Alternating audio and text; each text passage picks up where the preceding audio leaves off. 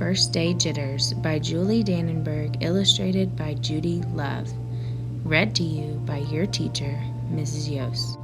"Sarah, dear, it's time to get out of bed," Mr. Hartwell said, poking his head through the bedroom doorway. "You don't want to miss the first day at your new school, do you?" "I'm not going," said Sarah, and pulled the covers over her head.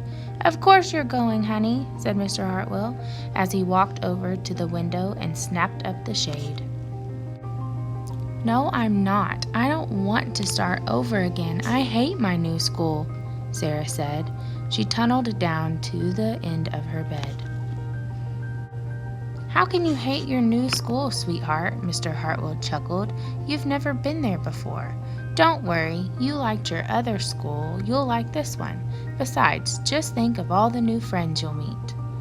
"That's just it. I don't know anybody, and it will be hard, and I just hate it, that's all." "What will everyone think if you aren't there? We told them you were coming." "They will think that I am lucky, and they will wish that they were at home in bed like me." Mr. Hartwell sighed. "Sarah Jane Hartwell, I'm not playing this silly game 1 second longer. I'll see you downstairs in 5 minutes." Sarah tumbled out of bed. She stumbled into the bathroom. She fumbled into her clothes. "My head hurts," she moaned as she trudged into the kitchen. Mr. Hartwell handed Sarah a piece of toast and her lunchbox. They walked to the car. Sarah's hands were cold and clammy. They drove down the street. She couldn't breathe. And then they were there. "I feel sick," said Sarah weakly. "Nonsense," said Mr. Hartwell. "You'll love your new school once you get started. Oh, look, there's your principal, Mrs. Burton." Sarah slumped down in her seat.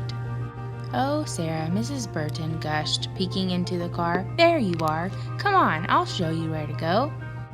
She led Sarah into the building and walked quickly through the crowded hallways. "Don't worry, everyone is nervous the first day," she said over her shoulder as Sarah rushed to keep up. When they got to the classroom, most of the children were already in their seats. The class looked up as Mrs. Burton cleared her throat. Class, attention please," said Mrs. Burton. When the class was quiet, she led Sarah to the front of the room and said, "Class, I would like you to meet your new teacher, Mrs. Sarah Jane Hartwell."